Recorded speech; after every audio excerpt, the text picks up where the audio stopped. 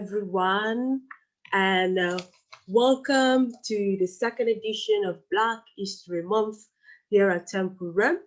My name is Benedicta Jumpa, and I'm Student Life Coordinator at Temple Rome, and I preside the different initiatives of diversity and inclusion here on campus. And as a US University Study Abroad campus, we are based in Rome, Italy, and we know the importance of celebrating the achievements of Black people and people of African descent. It is important that we do that globally because diversity and inclusion is not simply a badge to be wear. It's constant work and effort to create community and belonging for our students, including all of our Black students. Our first event tonight is Race in Italy with Daphne Di Cinto and Tommaso Vitali from Black Lives Matter Roma. And I will be in conversation with them, and we will ask Facebook questions at the end of the event. This event is part of the Culture and Identity Envoy program. This aims to amplify the voices of underrepresented students while studying abroad. For this reason, this program was created. And we've been running this program since fall 2019. We had the support of our colleagues from the main campus, from the Study Abroad office. And this program was actually created by a student, Yuan Johnson. Yuan Johnson is a fall 2017 Temple alumnus, Temple Rome in this case. And Yuan, as a Black queer student with disability, is a great example of resilience and vision. He did not let the challenges that he faced at Temple Rome and in the city of Rome while studying abroad take the best of him. And he found the strength and the knowledge to create space for future underrepresented students. This semester, our envoyees are Enyolaye Ajeboye and Rashi Singo, who will start our Q&A as soon as we're done with our conversation. Our effort of diversity and inclusion go beyond the walls of Temple Rome. We connect our students to local communities, including Afro-Italians, which are people of African descent, born or raised in Italy. We connect them to migrants, but also to refugees as well. The Black Lives Matter movement has recently been nominated for the Nobel Peace Prize for the way it's called for systemic change around the globe. And as part of this call, today we have the honor of having Daphne Di Cinto and Tommaso Vitali from Black Lives Matter Rome. They are activists, directors, and also actors. Welcome, Daphne, and welcome Tommaso to our first event of Black History Month, Temple Rome, for our second edition. And thank you so much for tuning in with us. Thank you for having us. Yeah, thank you. Thank you very much. Thank you. So our first question, so people can get to know you, would be like, please, if you can introduce yourself, tell us who you are and what you do for a living. Tell us a little bit more about what you're doing and who you are. Okay, am I starting, Tommy? Yeah, as you prefer. Yeah, that's fine for me.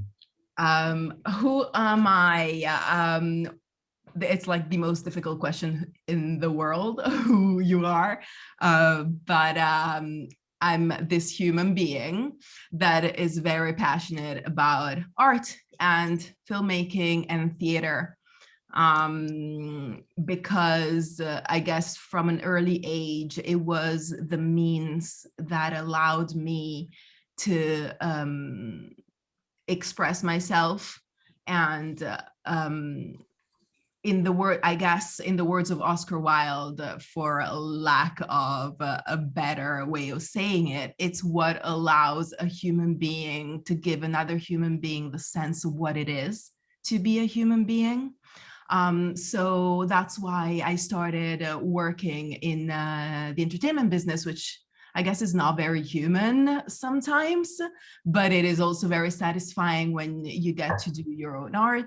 And it is very satisfying when you get to say something through it that touches people and that changes people and that unites people. So yeah, I mean, I started out as an actor, which I am still continuing, and I branched out into screenwriting and directing, and that is a little bit of who I am. Thank you, Daphne. Tommaso, can you tell us a little bit about yourself and Yes, maybe the of work that course. you're doing? Yeah, I think you are preventing me from being seen by everybody, but because it says like the host. Let me just, and there you are. There you go. Just that people have an idea of what there is behind the voice. I am a director as well. Funny coincidence. I was born in Peru, and I've been living in Italy most of my life. And I started studying something else, which is economics, and then I moved towards cinema, mostly because I really love to read and write. So basically, I would say today I'm more of an author rather than a director, and life brought me to work in many different areas related to cinema. So I've been a script writing and a director, not an actor, I'd say, but like Daphne. But today, for example, I'm working with a small film production house here in Rome. So I'm just a worker and an author in this sector, I would say.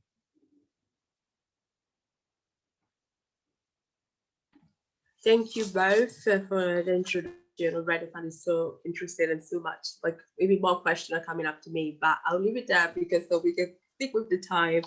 And my question for you would be like the next question I have for you would be like what it meant for you, what it means for you growing up Black and Italian, as a full Italian or Italian of origins. I don't know who would like to go first on this question. Me? Go ahead. Well, actually, of course, on the one hand, I would say it's somehow a pleasure, and at the same time daunting to having to speak to all of you because of the place where you come and the history you have related to the matters we are dealing with tonight. So it's I was thinking about this question before, and I would say that on the other hand, here we basically there's a lack of knowledge about what means to be different. Firstly, because of what you see, the color of your skin, but then because of the roots you might have. And I may say I grew up in Tuscany, not in big cities, in what is called a province here in Italy. And it's a long time I haven't been thinking about that. And today I was thinking that actually I've been the only one non-white throughout 13 years of studying at school. And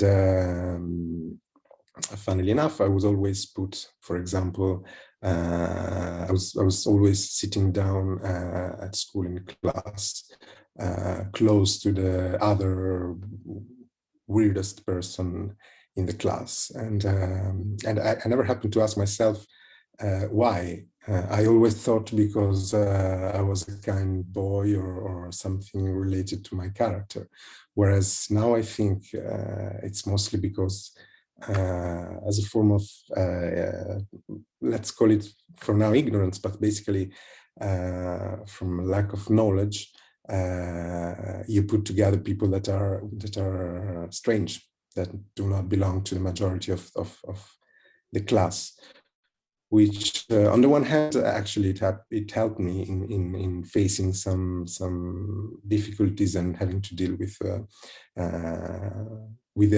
the other being him or her strange for other reasons. And this also it's something I must say I learned. But of course, I think I never realized what my difference was. Nobody from the structures I was attending, school or other social spaces, ever told me anything about that, nor did my family.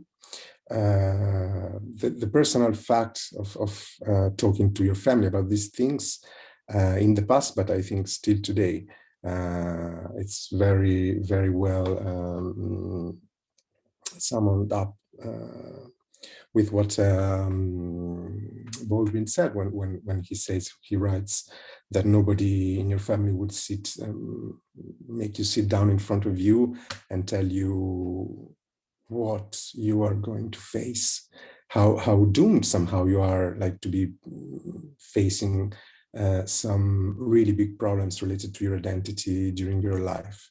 Of course, as I said before, in the United States, it might be very different. But also here in Italy, it's something that happens to everybody, basically. Every single person I've heard. Of course, I asked, because I'm quite curious about this topic. And nobody had this kind of conversation with the family. So I wouldn't say it was hard, because my family supported me very well in many phases of my life. But it was later on. I needed energies and time to understand many things of my past, and sometimes it's a bit hard, like to realize some things. And then, of course, I wanted to use this as a tool for my future. And that's why perhaps I'm also working and moved in my work towards some particular issues that they're mostly related to identity issues, which includes the so-called race, but also many other related to the culture you might bear with you and carry with you. Normally, because part of my background during some 10 years I worked at the University of Milan making documentaries with anthropologists, is the fact that I truly believe that we are built up by many different cultures. There's no one single culture. And this is what I put in my work. And I feel I'm still growing today. I have two sons, and as a part of my life, having children and talk about these matters since they're really little, it's fundamental, I guess. It's part of my work, basically, and my way of keep growing up. Daphne. Thank you so much, Tommaso, for what you shared. So, like, I could resonate so much with what you shared, because, like, yeah, I happen to also be born and raised in Italy, and I grew up quite, like, isolated growing up. So I can so relate to what you shared. And now I want to hear from Daphne. What do you want to hear from Daphne, like, about your experience growing up as Afro-Italian, someone of foreign origins, within Italy? Yeah. I grew up in a small town in the middle of nowhere, northern Italy as well, where for the largest part of my life, I guess I was the only Black girl in town. I mean, the other Black girl was my mom. I guess the first thing that comes to mind when someone asks me that question is mostly people's faces, because for my whole life, I had to face these huge eyes and gaping mouths every time I would open my mouth because in people's imagery, Black and Italian just don't go together. And yeah, I guess that when I did not open my mouth, the usual question would be like, do you speak Italian? To which I'd be like, yeah, that in English and French. And I mean, I do understand a few other languages. And it's just the constant being put in a position of otherness and never really belonging.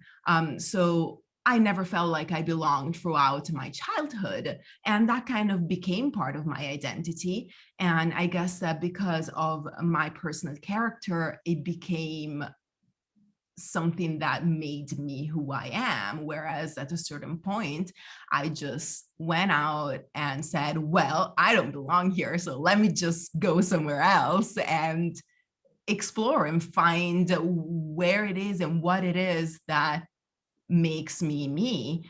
I was 17 when I first started being curious about the African side of me. And before that, it was just mostly trying to not disturb what other people expected me to be. And all of this as well is it all comes, I've realized all of this much later in life as well. But there was this push towards, I guess what it is people used to tell me, well, you're not really Black.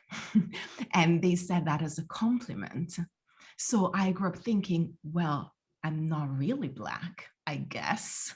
And that as well just goes to form this part of your identity. Whereas when you're a kid and you don't have anyone else around you who shows you what's that side of you, you just pick up what you have in front of you. And on my side, my mother, who arrived in Italy when she was about 20 years old, ages ago, where literally she was the only Black person in Italy. I think she went through such a hard time in fitting in that she never told me anything about that side of culture because she was trying to abandon it herself. And I remember that when I first started being curious about it, like my mom is from Seychelles. And I'd be like, yeah, because, my mom is African. And she'd be like, stop saying that. And I just wouldn't understand why. And then I guess that as I grew up and I moved out, because I went from small town in the middle of nowhere to Rome, to Paris, to New York, to London, things expanded. And then I found my people, I found my culture, and I found what's mine, because I found my Italianness in New York. And I found my Blackness back in Italy. And it's what it is it's a process and it's a journey. And I guess we all share a lot of stories that are similar. But also, I guess, depending, if you live in a big city or in a small town, things may be a little different. I guess what there is to say is that growing up Black in Italy, you're just not given what needs to be yours to call yourself an Italian 100%.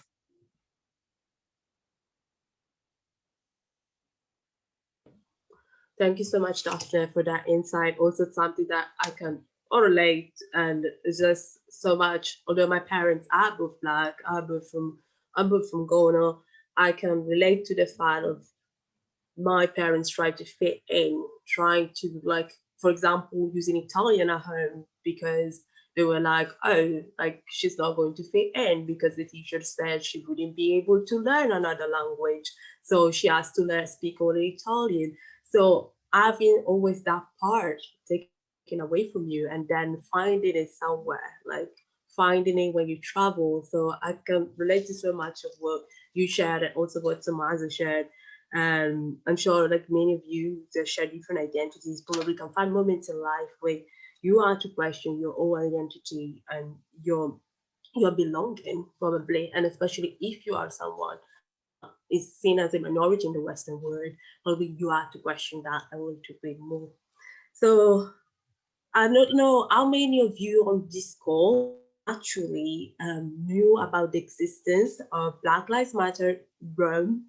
And I don't know if you can raise your hand and use the Zoom function and say yes or no. I'm curious to see how many of you actually knew about the movement Black Lives Matter Rome.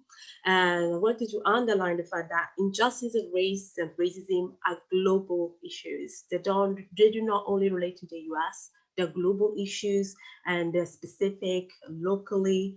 As Tommaso and Daphne shared, there is that unique experience that Black people in Italy share compared to other Black people across the world. So my question for you is, why is there a Black Lives Matter Rome? Probably people sometimes may miss like the existence of a movement born in the US, be present in a city like Rome.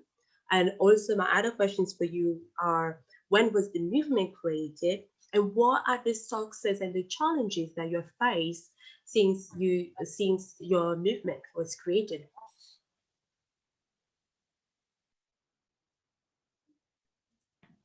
Do you want me to go? This is Yeah. so unplanned. Well, okay. Black Lives Matter Rome started in the wake of the protests last year after George Floyd's death.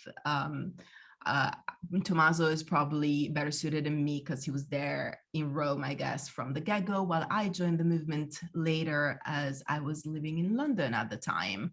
But I guess I could say that there was a need in Italy as well to have our voices heard, because even though our challenges may be different from the ones that you guys have in America, there is a big component in people's life in Italy that are racialized that is not being heard. And so there started to be the need for people to actually speak up and find their voice, but also find a unity and a movement that could just move on and give space to everybody that felt the need to get together this way. Tommy, go ahead. Yeah, I might have started a little bit before you, but also I can say that before that, Daphne and I and other people,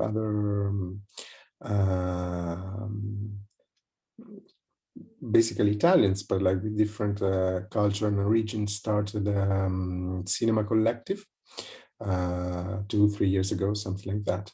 And so working in culture, we felt the need to try to change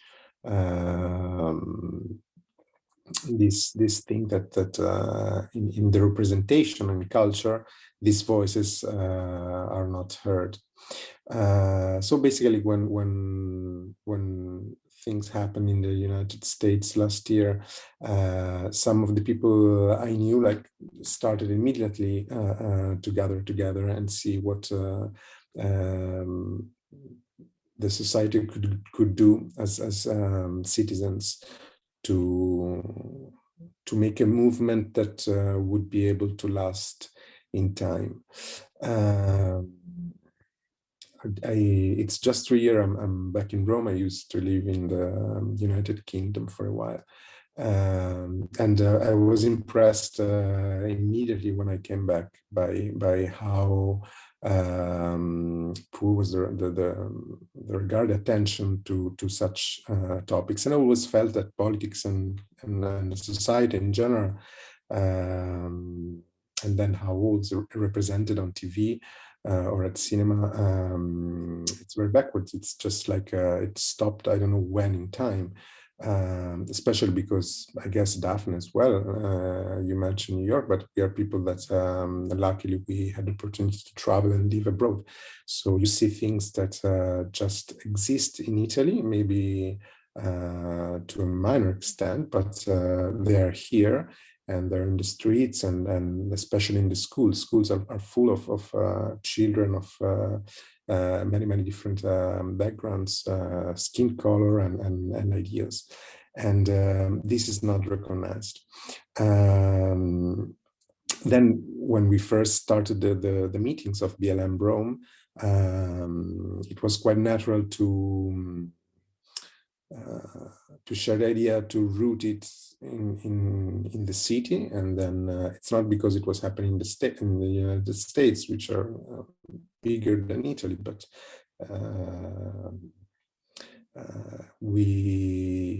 I realized that many fights for identity, but for different kind of topics, of issues, were here before 2020, where we're in the streets and in rallies.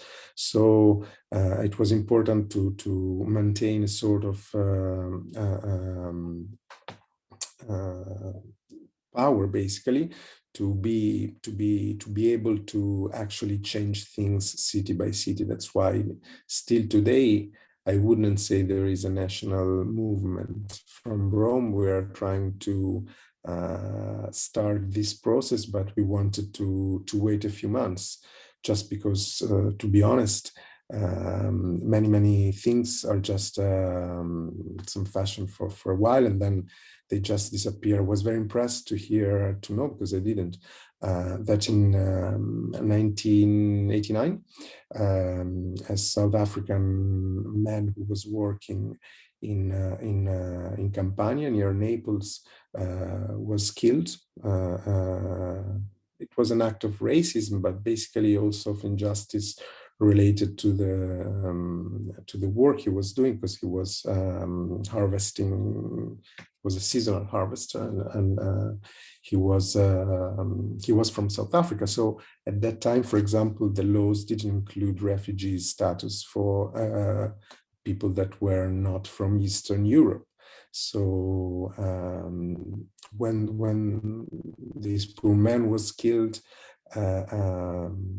like Benedict, like how many are killed every year in southern Italy because of their work condition and the fact of the illegal hiring. I mean, it's a big thing here, and still after decades it's the same situation. But because that was the first one, the public opinion was very impressed, and I got to know that there were big rallies in support of what happened to this man, and with the willing to make awareness in the country about this issue. They made the law, I think, in the few months after, extending the rights to be considered a refugee. And 200,000 people were in the streets, which is a big number by that time. And people today recall it as the first anti-racism rally in history of the country. And it strikes a lot that today we are in the same situation, and we had to see a historic moment. That's what that video is to me. On the other side of the world, to go back to that moment in history, and so Black Lives Matter Roma, I guess we produced a manifesto, but basically it's some of forces that are aware that they started before this kind of fight. So I think that's quite the main value that I would say represents BLM Rome and all the Black Lives Matter movements in different cities. So it is intersectional, like the fights we must do are many, and they're all somehow related. So that's what we are, I guess. Thank you, Tommaso. And I'm sure we go back to the challenges later with one of the questions from the employees. But I think what you shared about the death of Jerry Maslow, the South African refugee that was killed in the late 80s, is always something that it's something that I always remember, because my dad actually migrated to Italy in the late 80s, and so it's something that I always relate to that. And even just thinking about the fact that, like, he found that, like, he escaped the South African apartheid regime, and he found refuge in Italy, and he found death in this country is always something that stays with me, and stays, I think, with many people working in between the anti-racist movement. So we'll go towards the end, we'll go towards the Q&A section. So I've been following, for example, Daphne's work recently, and I know you're working on a short movie called Il Moro, which is based on the historical figure of Alessandro De Medici, Duke of Florence. And I remember when I was learning about Alessandro De Medici, the last characteristic, it was never mentioned that actually was of a mixed heritage, which is something that I think is not something small to mention, because I think that makes us think about the presence of Black people in Italy, not only being recent, but actually be present for centuries. So my question for you is like, and also I want to highlight the fact that he was also an influential person. And so for this reason, my question for you, Daphne, is tell us a little bit more briefly about the short movie and how it came to be and what's its objective. Well, the fact that you learned that Alessandro De Medici was mixed race in school makes one of us, because I didn't, and I'm pretty sure that I paid attention. I was kind of good, but I found out just randomly as I was working on a different project, and was just browsing Google, and one of these articles came up, these articles that go 10 people you didn't know were Black. So Alessandro De Medici was one of them, and the minute I found out, I couldn't unhear it, and it just became this obsession with me, and I had to find out more. So that's what I did, and I just went on and did some research. Obviously, a lot of what is said is contradicting, because for the longest time, people didn't bring forward his mixed heritage. Anyway, so what I usually do when I find an interesting story, I have to write about it. So I started, as I learned more about his life, I just started thinking this needs to be a series, because his life is so short but so intense, and there is so much, but also there is so much behind the character. Here you have this guy who, we can only see in portraits today, and I'm thinking, wow, in the 1500s, what were your struggles? How did you walk down the street? I just decided it was a story that needed to be told. First of all, because of representation and of the way of the narration that there is out there when it comes to Afro-Italians. Obviously, as an actor starting out in Italy, I was given two roles: the prostitute and the immigrant. Prostitute and immigrant for a lot of time. That's why I ended up moving out of Italy, because I thought to myself, hey, if I want a career where I don't only play prostitutes and immigrants, I should probably go somewhere else. And it was really important to me to give a character and a figure that adults, but especially kids, could look up to and say, hey, that is part of my history and he looks like me. And so Alessandro De Medici started being that. I wrote a pilot that and this was actually May 2020 when I finished writing the pilot. I went on to work on what is going to be a series, but I suddenly found myself in Italy thinking, you know what, I don't want to wait for this story to be told. And that's when I started writing the short film.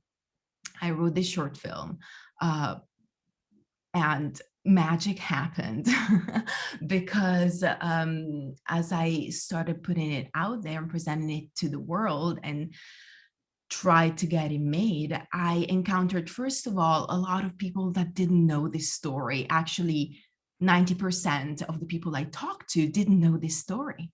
And I'm not talking just anybody on the street. I'm talking about, you know, people that work in universities and, you know, in city halls, or that you know, people you'd expect they would know this story. And slowly I just put pieces together, and we finished shooting about 10 days ago. So the movie isn't ready yet, but we've had the greatest time putting it together and making it happen. I've had an incredible team of people come together. My main actor, Alberto Malanchino, is an Afro-Italian actor as well, who's playing Alessandro. And I have another two main characters who are Pope Clement VII, who is the father of Alessandro De Medici, who is played by Paolo Sassanelli, and Ippolito De Medici, who in the short film plays the antagonist, who is played by Andrea Melis. And I have another character, is the character of a musician, who is played by Lorenzo Tronconi, who is an Afro-Italian artist as well, who was finalist in Italy's Got Talent 2019. And what I am really excited about is the fact that all these people coming from totally different backgrounds found value in the story and decided that it needed to be told, and backed me up, because I would have never been able to do it on my own. So I guess there is even more value in it, because it's a story that I started writing, but that came into being because of the work of so many people, both of African descent and not. That's great. And I honestly cannot wait to watch it. I told you multiple times, like, you know, I cannot wait to watch it. So that's very impressive. And it's something like, yeah, it's not mentioned as often. Well, if Tommaso, you can tell us briefly, just we probably have a few minutes so we can start with the Q&A. Like, also, like, how is your work as a director, actor, like, connected to the causes of the Black Lives Matter movement? Sure. First, I just like want to take a minute out of my work-related topic to say, think about Daphne's work, because I think, like, in my work sometimes you just see something coming. I mean, you have it in your mind, and you don't know, like, in which moment you would say, like, okay, the work is finished. Sometimes it's hard, and like, it takes ages to finish something. And I remember I received a phone call in the summer from Daphne, and I didn't know her. And I was with friends and my two children, maybe 10 meters away from, I've just parked my car from the seaside. So we were ready to spend the whole day at the seaside. And so this woman I didn't know. She just said, I have this project, and I was given the number by somebody else, a person we know in common. And so basically in 5 minutes, the first 5 minutes of the call, I realized she wanted to say the same things I wanted to. And so the phone call became like perhaps an hour phone call. And I clearly remember my friends and my children in front of me, like with all the things waiting for that time. And I would never forget that, because I felt there was something important in it. And then I had the honor to be the assistant to the director in Daphne's short film. And I think I would say there was a moment in which I realized the work was closed for me, for my part. So it started there by the seaside, and it stopped. It was finished when I saw for a second, like in a behind the scenes moment, in which the main actor, Alberto Malanchino, who's of African descent, just hugged a little boy that was on the set, who's as well an Afro-Italian. And I thought that somebody took a picture of that. And I think that's the value, the educational value that is educated in both the heart and the mind and the spirit of many Italians that would see that picture, because it was super normal to see somebody, a human being, hugging another small human being that is not represented probably at all in cinema, on TV, in our culture, in our visual culture in this country. So that was really sweet. Moving to my work, I'm currently working on a couple of projects. It's 2 documentaries. One is done with a friend of mine who's a comedian and author and academic in the field of it's called like humor studies. He started like within the span of 4 months, he started from scratch theater company, and he put up a play. And for the first time in Italy, we could call it like a theater company in the field of comedy, basically. So it's not drama. And so we started with sort of 30 to 40 migrants who arrived in Italy, let's say in the last 3 years. And we had support from the center where they were followed and helped. And eventually, like we had just a company of 5 or 6 people. And basically together we wrote, and they wrote a play, a comedy play about the trip they do. Migrants do from other countries and Africa specifically to Italy. And so what my work is like to use that as a sort of spine backbone of the project, of my documentary, and then use Matteo, who is a white man who had not really knowledge about what identity problems related to being Black in Italy are or could be. And so it's the documentary, it's more about his trip as a average Italian in getting to know not only what these people might have faced, but also that there is something you could always learn from the other. And if you do it through comedy, through humor, you set a common ground which is different from work.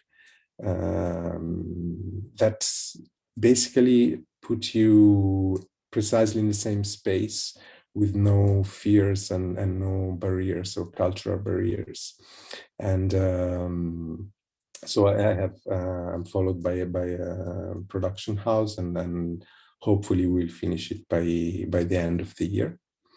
And my second project is a bit more serious, because it's done with an Italian actress whose name is Tezzetta Abraham. She was born in Djibouti, so she comes from so-called Horn of Africa, I guess in English, and that part of the world,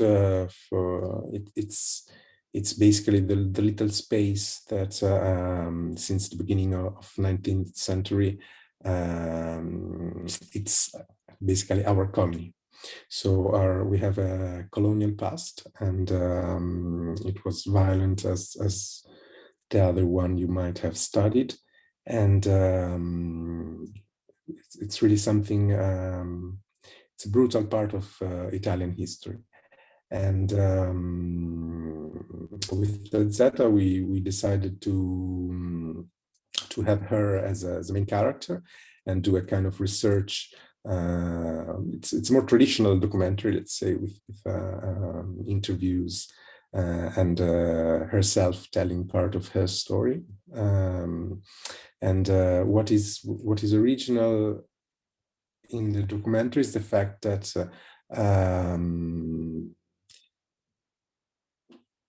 just to put it shortly, basically our problem in Italy is that we neglect, we say it didn't happen, we didn't have colonies.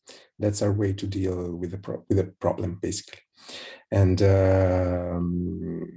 we can't solve that. I mean, we are in a culture, can help, of course, but basically it's something you should study at school, and politics and should just be aware of that and accept it. We're not in search of a culprit, but it would help white people in Italy to understand what racism means today, acknowledging that past. And the documentary and Tezzeta's theory, it's more or less the fact that in that there is the root of another kind of violence, of willingness not to recognize a current problem, which is the second or third generation who can't properly get citizenship in Italy. Mm-hmm. And the same way the state didn't want its military to have children with Black people in Africa, which of course happened. It's the same way today the state doesn't acknowledge the existence of I guess more than 1 million people who can't, who don't have access to citizenship because of laws that are old. There are some laws, we're referring to laws that are done, that were made before 2000. So it's absurd, but it's like that. So these are the projects I'm working on. Perfect.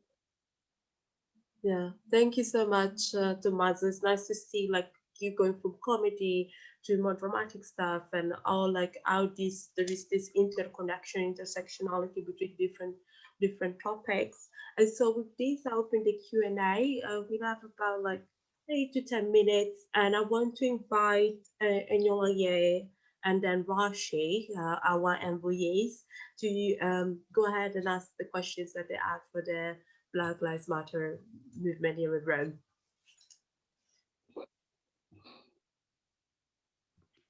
Hi, I'm Eni. I really enjoyed hearing you guys talk. And I have 2 questions. They're gonna be really quick. My first question was about the general Black Lives Matter movement here in Rome. I wanted to know if, like, similar to like the United States, how we're focusing right now on Black trans women, if you guys are doing anything like that here. We definitely need to be doing more of that here. What I can say is that there are people in Italy of African descent that are bringing those matters forward.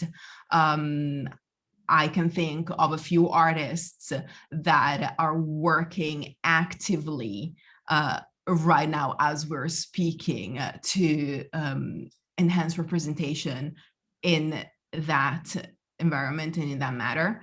One of them being one of my actors, Lorenzo Tronconi, who is a musician and a singer, who's also part of the LGBTQ plus community.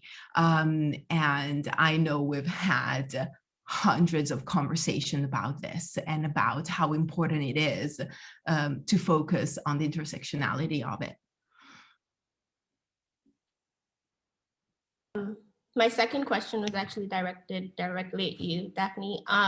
You mentioned that you were told when you were younger that you aren't, really Black.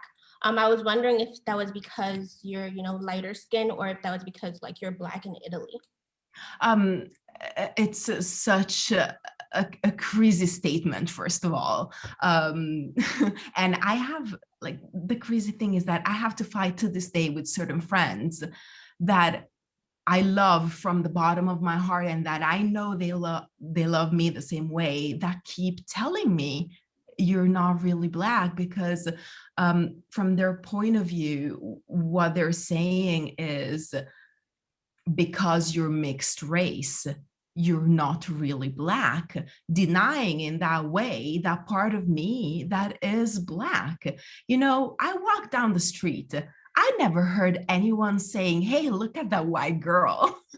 And it's crazy. Another thing that I was reflecting on in the past week with a few people is, the minute you start having a little bit of success in Italy, you're suddenly not Black anymore.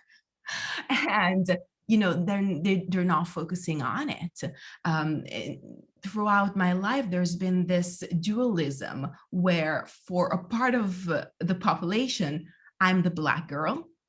But for this other part of the population, it's like they want to take you and relieve you of that burden, because obviously racism is so ingrained in the society that they acknowledge the fact that if they tell you you're Black, they're also putting on you certain qualities that the society has put on Black people. And because these people love you, they don't want you to be that. And I think that that is the reason why they have such a problem when I say I'm Black.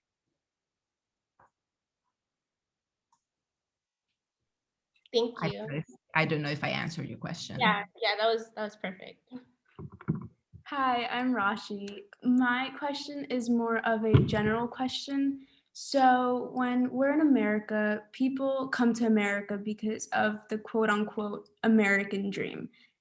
America is like the land of the free, home of the brave, but that's not always necessarily true, because in order to achieve the American dream, and Daphne, you might have some input on this because you've been to America before, but in order to achieve the American dream, there are barriers like the color of your skin, where you're from, what language you speak, cultural differences. So obtaining that, your version of an American dream, isn't always easy and readily accessible.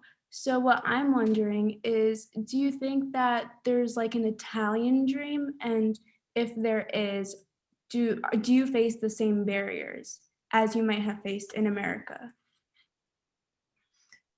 It's a different situation when it comes to Italy for someone who is Afro-Italian, meaning that there isn't as big of an Afro-Italian culture as there is of an Afro-American culture.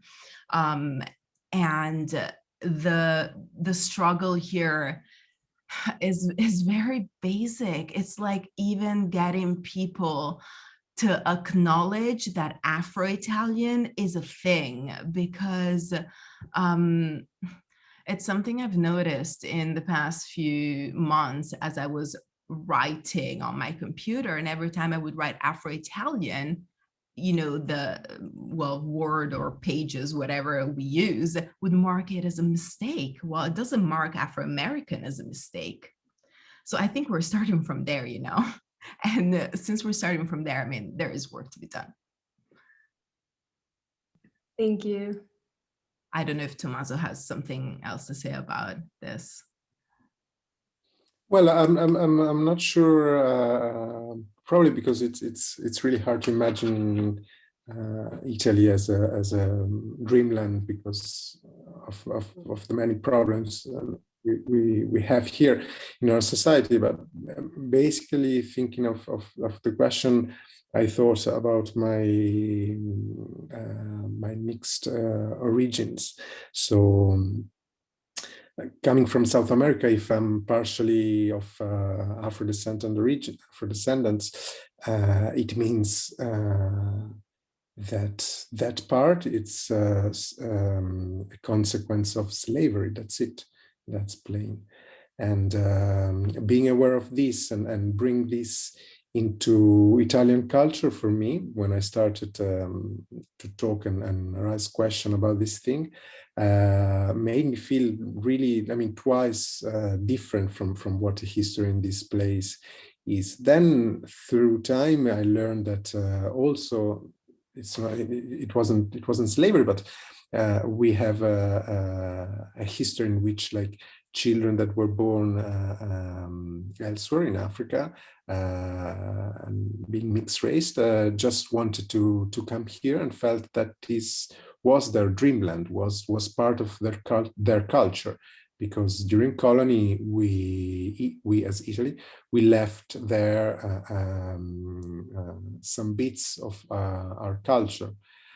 So we built cities, streets, railways, and denying this connection, it's really something I've seen through France as really an unbelievable barrier, and made everybody rethink of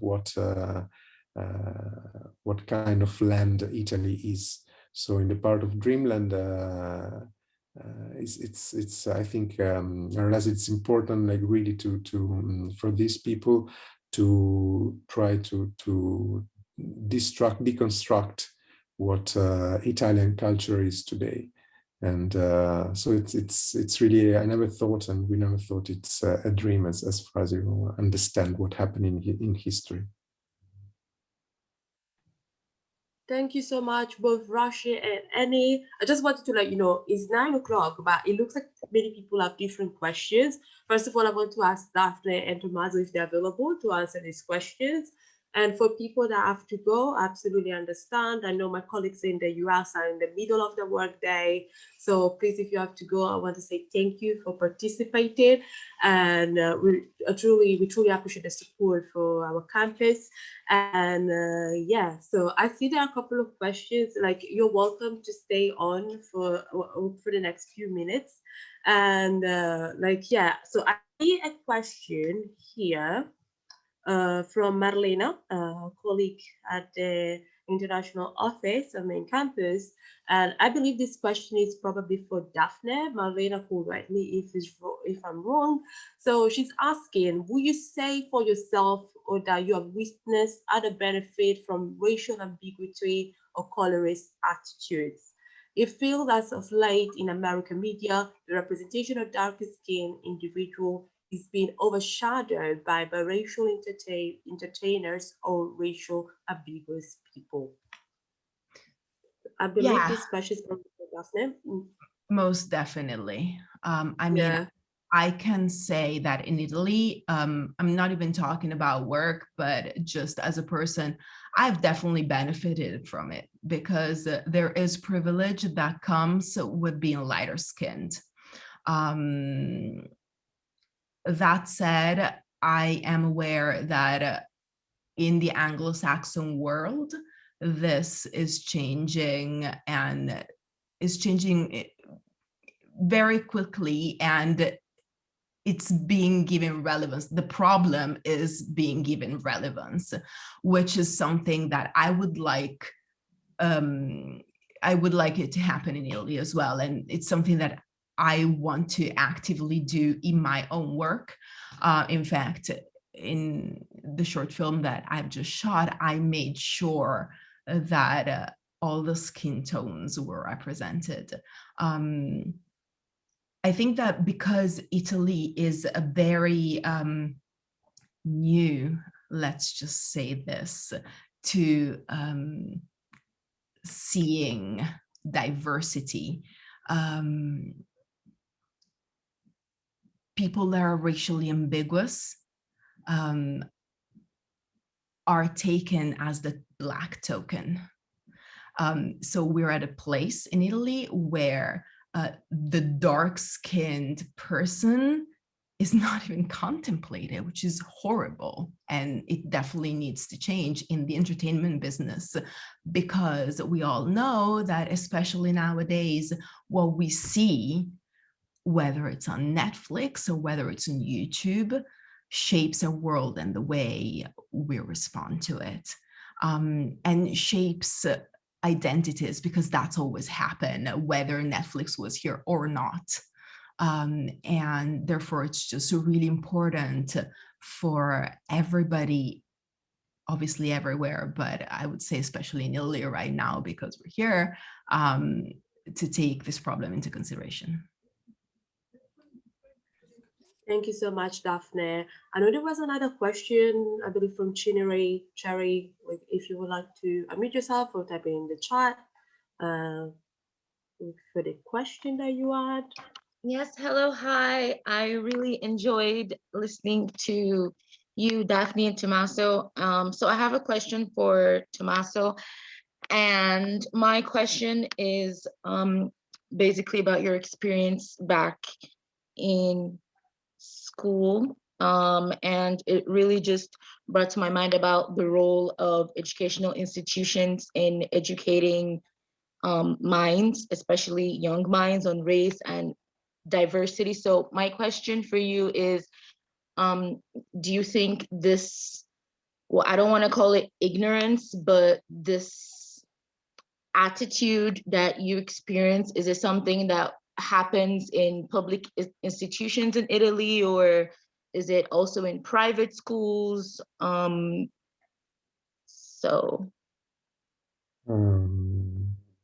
Thanks for the question.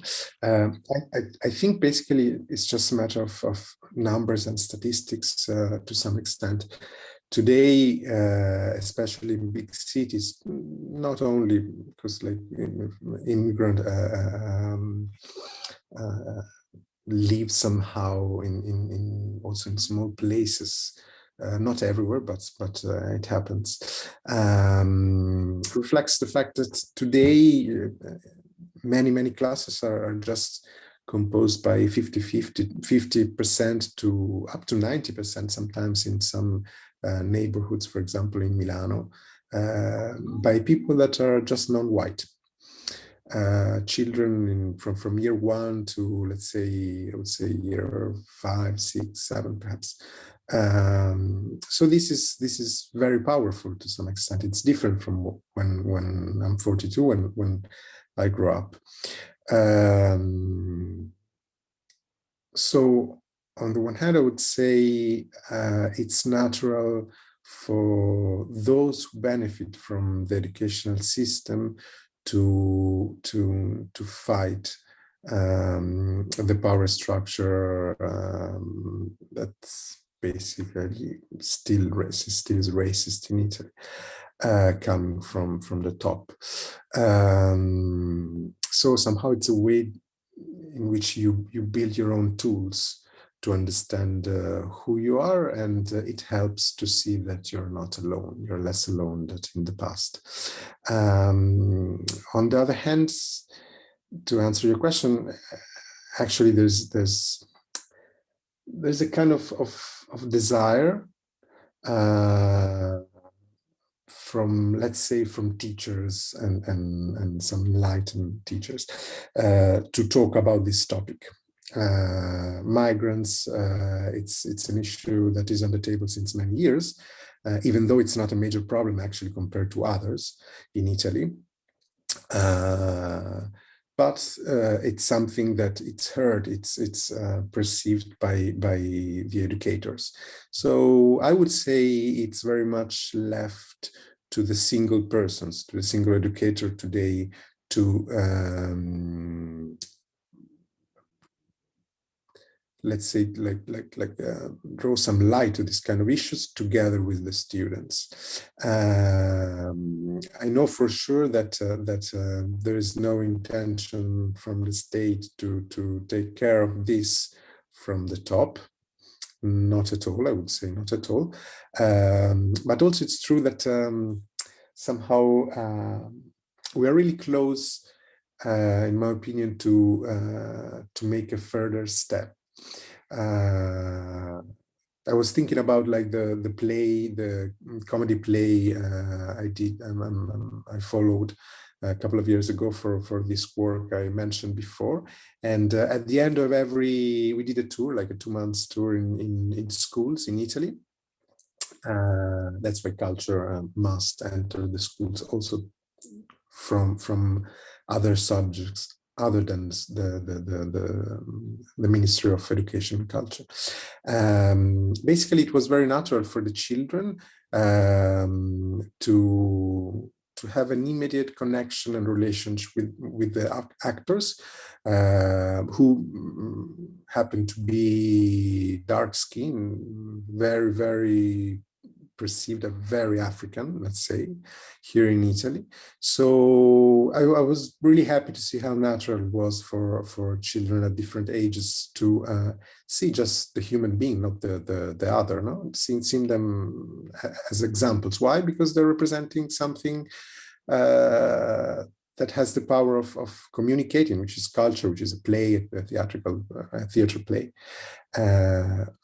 Then the next step would be to see a Black teacher in school, which it's something all the parents I see at school would just become crazy if their children would have a Black teacher, which is sad, but that would be crazy. Yeah, absolutely. Like, yeah, I can.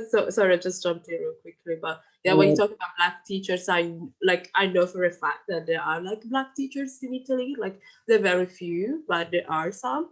Yeah, and I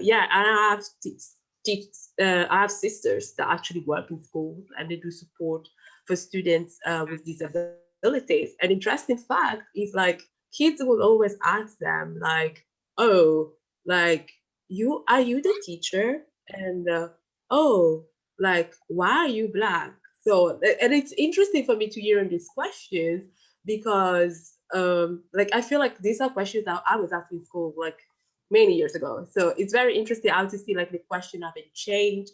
And so as you mentioned, like the state, it seems like it doesn't really have a lot of intention of changing that. There've been steps that have been taken and there've been forums and discussion, but still like the focus I feel unfortunately in Italy is often on still thinking of people like ourselves, even as Afro-Italians or people of foreign origin, still as like the foreigner, and instead of thinking as part of the society. So oftentimes you get asked about the culture of where I grew up being asked in school about the culture, my culture, but my culture is Italian culture and Ghanaian culture, of course, of my parents. But I grew up in Italy, so it's like it's a little bit tricky because you always see like as the other, but still like you are the other, but you don't bring the full plate, I would say, to the table, because like you in the end you still have a kind of a mixed heritage and mixed culture, which I think is something special for diversity and inclusion. So I wanted to I see like add a couple of questions. Please, by the way, if you feel like going and you have to go, please do. But I thought it was important to address the question and also let me know if you have to go as well, Tommaso and Daphne. So I read from Valeria. She's asking how and how fast do you think media is shifting towards inclusion in Italy? Do you feel it is possible to really represent the Black Italian, and now I lost the question, just give me a second.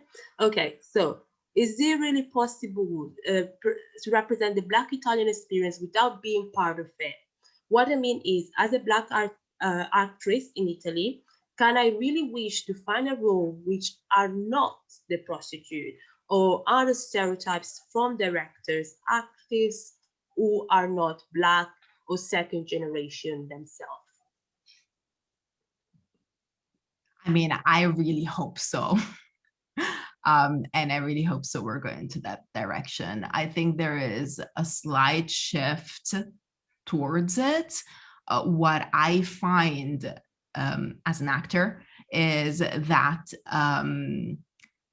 a lot of the roles that are being written, while there is a little more awareness on that side, they're not there yet. And the way they're written and what they say still kind of feed into that narrative that we want to move away from.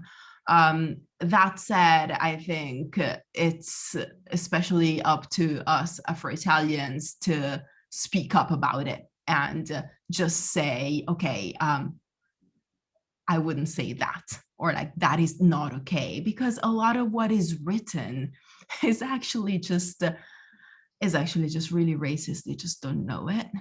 And then you read it and you're like, wait, you're actually wanting me to say this? And I think it's just up to us to speak up, because for the longest time, I know I haven't. Unless it's still going back to education.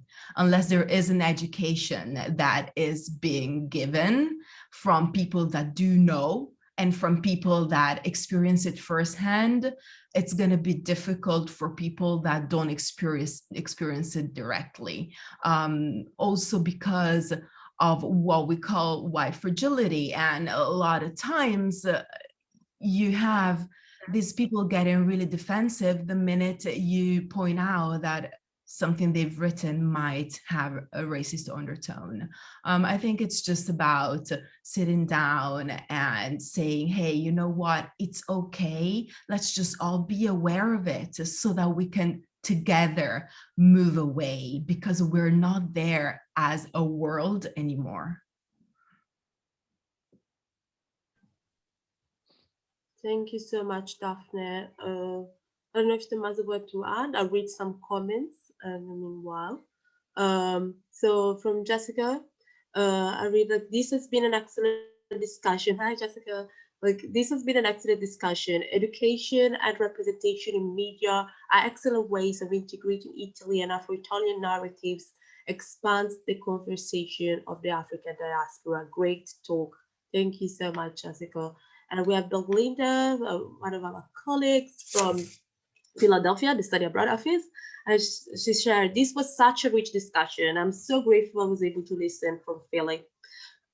So interesting to hear about how the panelists are integrating the movement, building with their creative work, and to learn about the prior anti-racist activism in Italy. That has laid, sorry, just as I load the screen, I need to get it. There we go. That has laid the groundwork for Black Lives Matter. And the upcoming films sound amazing. It's great to see you all, especially our fantastic students. Thank you.